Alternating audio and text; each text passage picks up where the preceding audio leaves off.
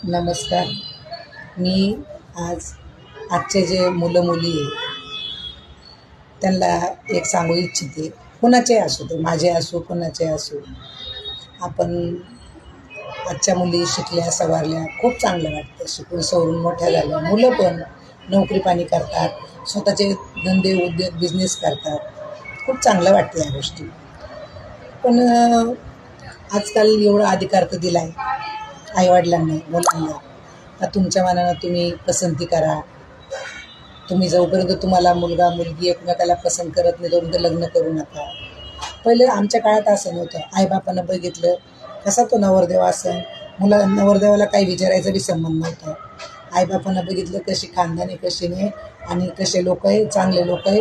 कुठून ना कुठून 4 जणांना विचारलं, बाबा कसं आहे मुलाचा स्वभाव, घरच्यांचा स्वभाव चांगला आहे, आणि देऊन टाकली मुलगी. आणि त्या मुलींना पण निभावलं. काहींना नसन निभावलं, पण काहींना पूर्णपणे निभावलं. आणि त्याच्यामध्ये खरं सांगू विश्वास होता एक. पण आता विश्वास कोणावर करायचा? आता सारखं बातम्याला बघतो आम्ही, टी व्हीला बघतो, मोबाईलला बघतो. मुली प्रेम करता एक मुलावर आणि लग्न करायला दुसऱ्या मुलाला हो बोलतात. मग असं खोटं नका करू नये. कोणासंगच खोटं बोलू नका. तुम्हाला जर एखादा मुलगा आवडतो तर तुमच्यामध्ये हिंमत आहे ना, तर तुम्ही घरच्यांना सांगून टाका का नाही. मी का म्हणत, हां, मुलींची आवड निवड त्यांचे स्वतःचे अधिकार येतो. आवड निवड तो त्यांचा अधिकार आहे.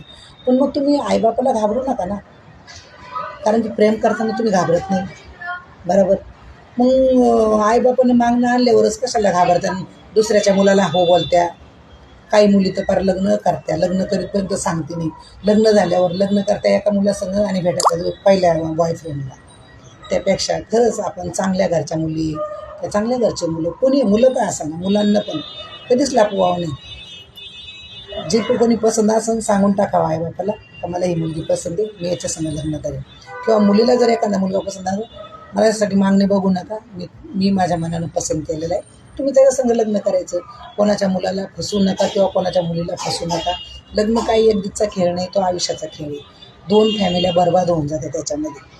हे चांगलं साऱ्या जगाला माहिती आहे. मग या मुलींना माहीत नाही का, या मुलांना माहीत नाही का?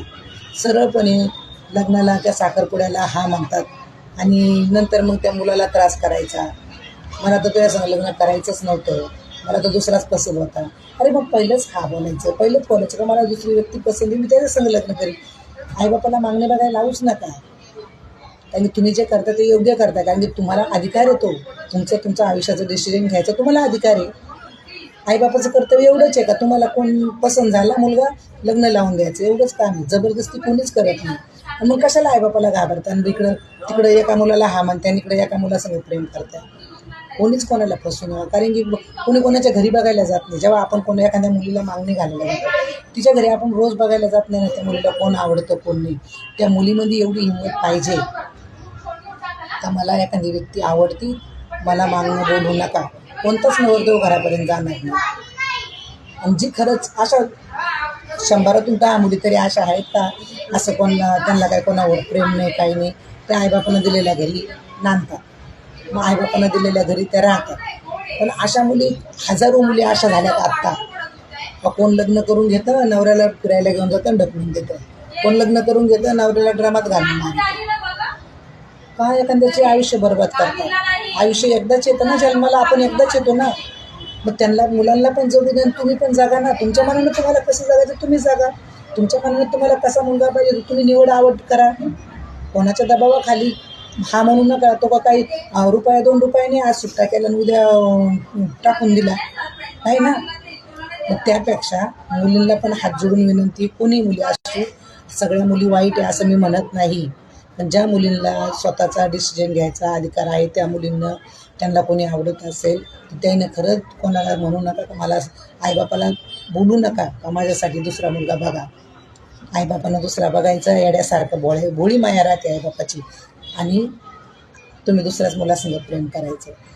प्रेम करणाऱ्या मुलाला पण धोका देऊ नका, त्याच्यासंगच लग्न करा. आणि मुलीला पण सांगते मुलाला पण सांगते, कोणचाही मुलगा असो, तुला जर एखाद्या मुलाला एखादी मुलगी आवडत असेल तर त्यानं खुशाल त्या मुलीशी लग्न करावा, पण एखाद्याच्या मुलीला फसवू नये. आणि मुलींना पण तेच सांगते, तुला जर एखादा कोणची मुलगी असेल तरी तुला जर मुलगा आवडत असेल एखाद्या मुलीला तर तिनं ज्या आवडत्या मुलाशीच लग्न करावा. कारण की 2 दिवस आईबाप रडतील, गागतील, संताप करतील, पण आपोआप शांत होतील. पण घरी सांगून टाकावं. आणि पहिली गोष्ट तर एकदा तुम्ही तुमच्या मनानं डिसिजन घेतल्याच्या नंतर 4 दिवस आईबाप रागावतील, पण नंतर गोड होतील. पण तुम्हाला समजतं का याच्यामध्ये इकडं हा म्हणायचं तिकडं लग्न करायचं, 2-2 फॅमिल्या बरबाद होऊन जातात.